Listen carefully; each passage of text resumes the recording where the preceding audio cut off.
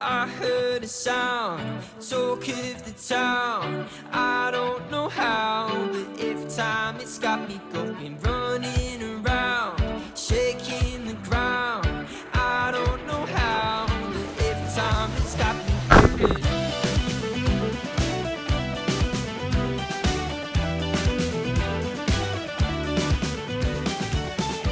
Hello everyone, welcome back to Theo Garratt Gone Primal episode 13. Now, before I start this episode, I actually just want to show you guys what I've got. And my lovely girlfriend Jess, even though it's not even my birthday, has bought me a mini live stream microphone playbacks set. And it basically comes with a mic and it comes with an adapter that I can plug into my phone, and I can record these little intros on a little microphone, which isn't plugged in yet, but we're gonna plug it in right now. All right, I think it's on. Testing. Hello. How high do I want it? Hello, can you hear me? Or does it need to sit on my neck? Hello. It might be better to actually just hold it in my hand. There we go. I've got a little microphone. Aren't we getting real legit? Thank you very much, Jess, for this. It's not even sponsored, but look at me. How exciting. I've got with me my iced chocolate right here. Healing, honestly. Samuel Hunter taught me this trick. Is you put a bit of Milo powder, you put a boiling water, you mix it, and then you put your milk, and then you put a couple or a few ice cubes in. Beautiful. Comes out amazing. Now, onto something that's a little bit more serious. For those of you who ended up watching episode 12 of Gone Primal, and I'd attached a new GoPro to my spear gun, but using my 2 brain cells, I completely forgot about how my spear gun was loaded the entire dive, and the camera sits at the end of the spear gun. Now, you probably think I'm doing this because I only found out after my dive, and I kind of sat there going, that could have been close. As one of the shots, I was actually just holding it facing towards me, loaded. Now, when you've biked 25 minutes and you're 10, 20 meters offshore and you get a spear gun through my shoulder or my head, that's not ideal. So I apologize for everyone watching who was like, oh my days, Theo's about to die. Praise Jesus, I'm here, I'm alive. But that's health and safety, and that's honestly, anything can go wrong. So sorry, that's partially my fault, and I will do better on my part to be safe in the water. And another thing, if you guys can already tell, what am I saying? Of course you couldn't tell. I actually shaved my moustache. It could grow back thicker and it just wasn't working out. So play that clip right now.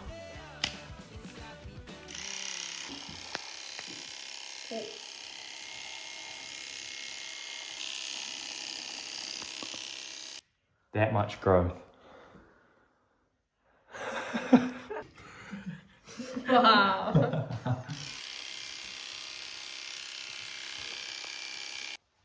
Wow.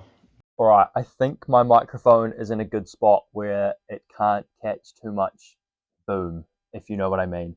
We are going to be reading in Proverbs, and we're going to be reading in Proverbs 4, which is called Get Wisdom at Any Cost. Now, I'm just going to get straight into this, and if I have anything to say, I will say afterwards, but we're starting in Proverbs 4. Listen, my sons, to a father's instruction. Pay attention and gain understanding. I give you sound learning, so do not forsake my teaching. For I too was a son to my father, still tender and cherished by his mother. Then he taught me, and he said to me, take hold of my words with all your heart. Keep my commands, and you will live. Get wisdom, get understanding. Do not forget my words to turn away from them. Do not forsake wisdom, and she will protect you.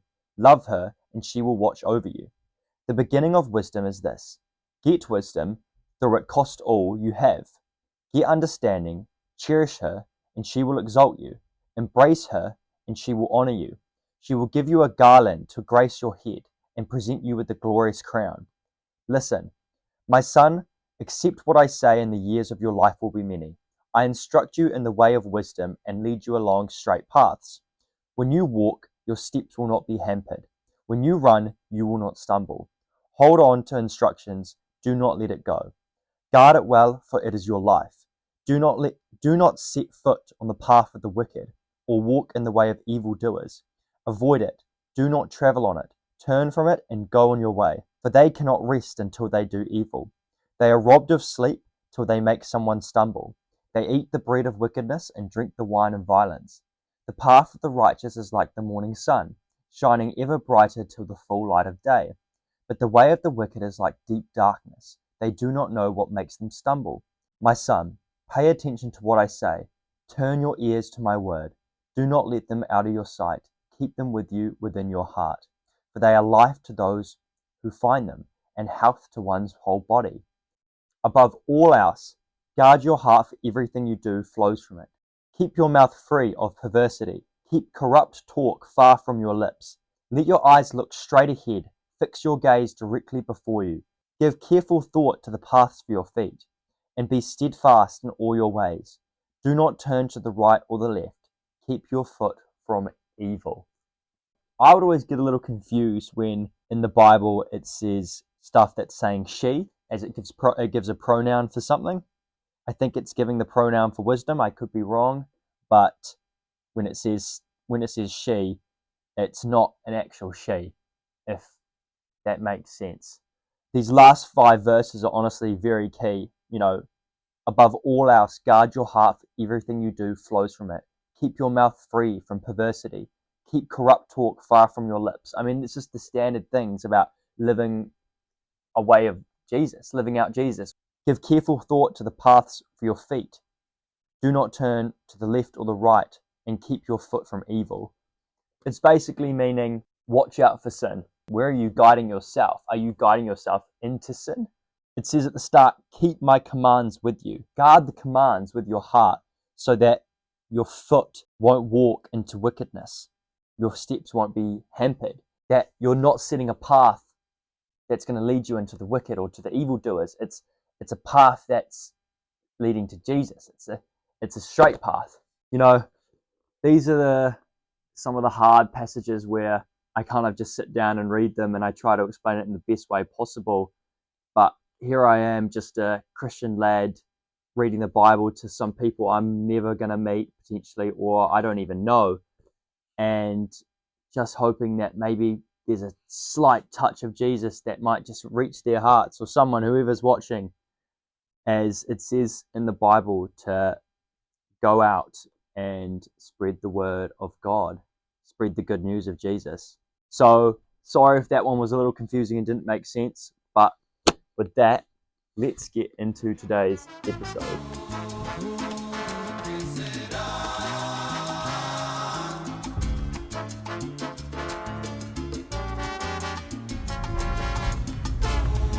Been here, bro. We just woke up. Oh.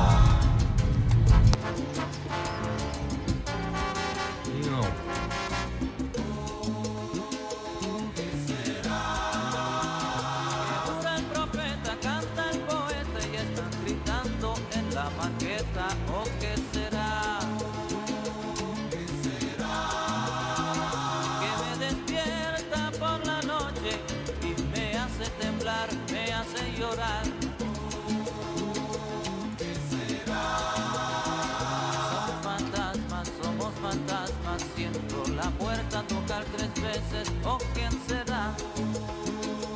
¿Qué será? Suspirando por las alcobas y susurrando besos de trova, ponte a escuchar.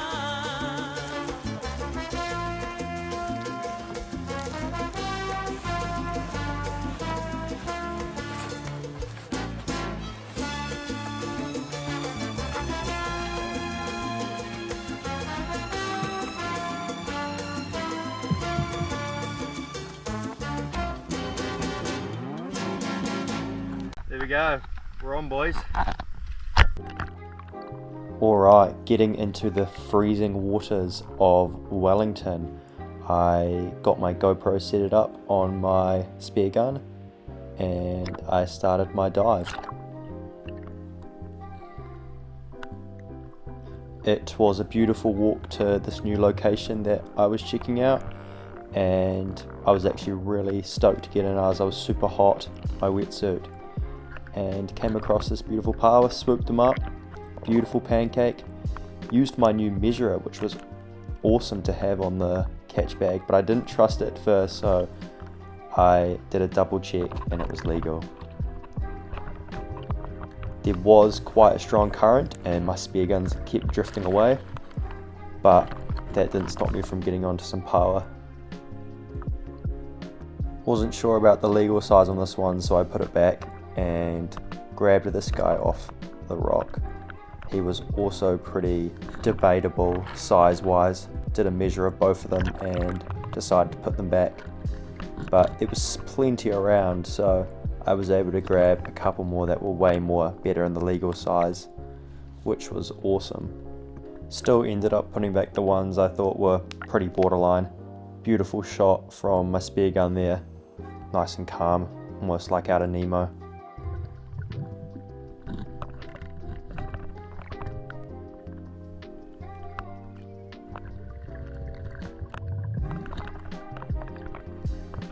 Spatula'd this one off like SpongeBob and did a measure.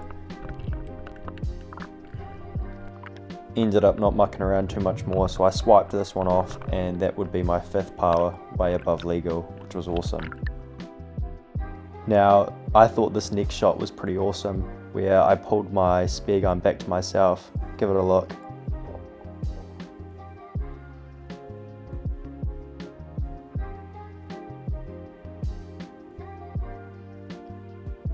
Straight back to my hand. I'm like Thor of the ocean. I mean, look at those particles as well as I went like whoosh. Yeah, I'm definitely geeked. Now, there was a mild southerly swell coming in, which was due to the currents as well, but started to look under lots of caves and cracks, any holes I could search for any crayfish. And it was pretty quiet on the crayfish end of this dive, not many around. Saw this kinner and decided to do a small little burley up, broke it up.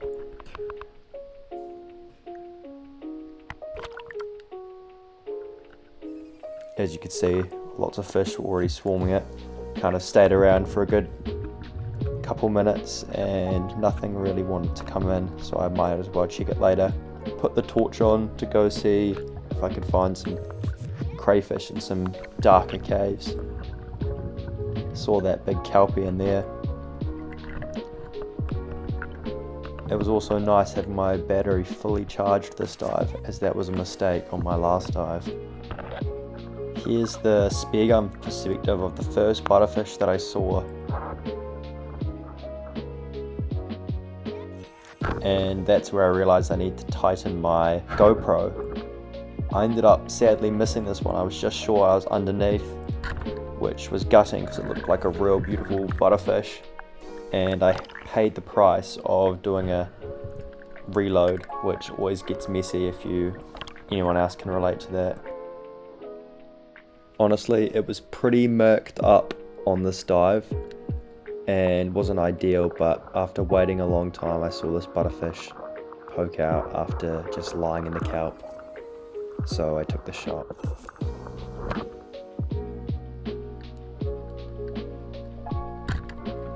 Ended up landing it, which was awesome because this was my first fish in a long time, my first fish in winter actually, so it was a near miss shot but a landing shot, and I was able to get the knife through and say goodnight to this fish.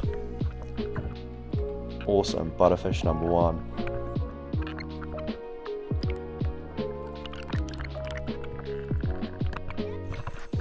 Really needed to tighten that GoPro as it kept jolting forward after every shot. Now, this was actually a really good stalk. I held my breath for quite a long time on this one leading up to it, and I was just waiting patiently, which is honestly the perfect strategy for the butterfish. Saw one on the back, so I approached it and a bigger one came out of nowhere. Boom, beautiful shot.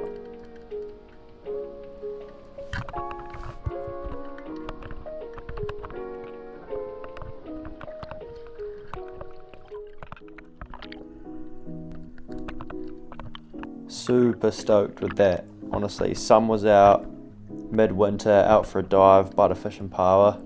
How good. This next clip is also just more perspective of how sneaky the butterfish are. I didn't even realise for a long time that there was a butterfish right there, and I thought because I was looking for crayfish. I actually definitely could have shot this one, but I was concerned about blunting the end of my spear gun, and before I knew it, I'd actually lost sight of it, and it was gone.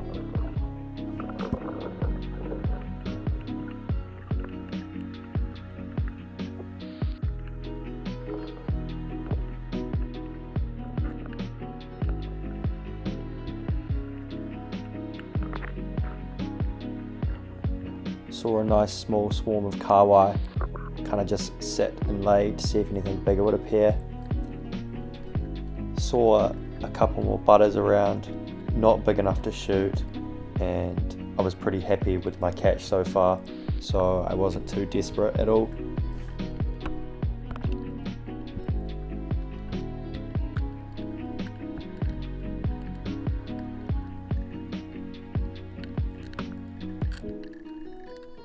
I actually love the colour transition on the GoPro that's attached to my spear gun. I mean, look at that colour grading, it went to a complete blue, which is awesome.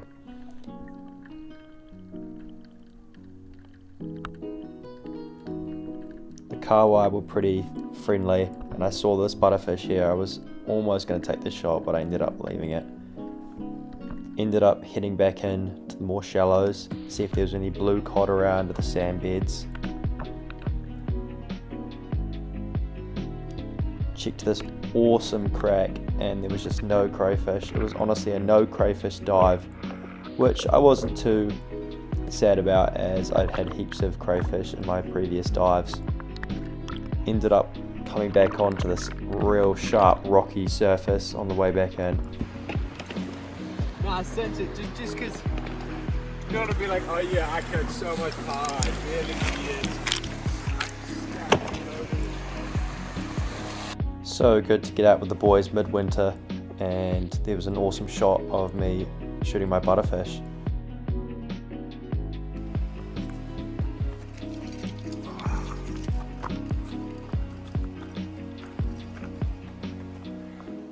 You good boy? Sailboat's out. You're out. Good to get back home for a cheeky little banana, wash the gear out, and the day was just didn't stop giving. Managed to fill up my fish and Pāua, put them into bags into the fridge. Awesome, awesome, awesome. Alright, finishing off this episode. It was a lovely dive actually, and it almost made it feel like summer as we got really hot in our wetsuits as we were walking over, and it was just a beautiful day. It was calm, sun was out, super summery. It felt super summery, and that was probably why we actually ended up getting onto some fish. I was so happy to shoot some butterfish. Honestly, it had been so long since I last shot a fish, and to have some fillets in the fridge, just awesome. Honestly, one thing I don't miss is when I shoot a fish, it's really annoying. Reloading the spear gun, you got your ropes attached around you, it gets a massive mess everywhere, but that's all part of it, to be honest. It was nice to get out with my new mate Anthony. Shout out to Anthony, he's awesome, another diver just like me, my Oscar, myself. And it's actually crazy how many people this channel has actually been reaching out to who want to come on dives with me, which is actually really funny. I'm always keen for a dive, honestly. The water is still as cold as ice, to be honest, but we still managed to get in there and get 5 Pāua and 2 butterfish, which was awesome. Yeah, the GoPro footage on the spear gun is really cool. It brings out all those colors, which is awesome. It's really funny actually, that screen is broken, but I can just kind of tell when it's recording, and I have to get everything off through this SD card. But we'll see how long that lasts for. And of course, I need to tighten that part on the spear gun. Not too sure about the microphone. Honestly, the phone actually gives really good quality of voice. That's why I'm doing an in recording. I was re-watching the footage back of me using the microphone. It's a little raspy, probably better for outdoors, and I actually think I'll see how I go. You guys might say, yeah, Theo, the mic is a no-go, the mic's terrible, don't use the mic, but I'm still gonna use them in my own time for other things. Yeah. Anyways, if you liked Theo Garratt Gone Primal episode 13, leave a like or comment anything. I always read my comments. And with that, have a lovely day.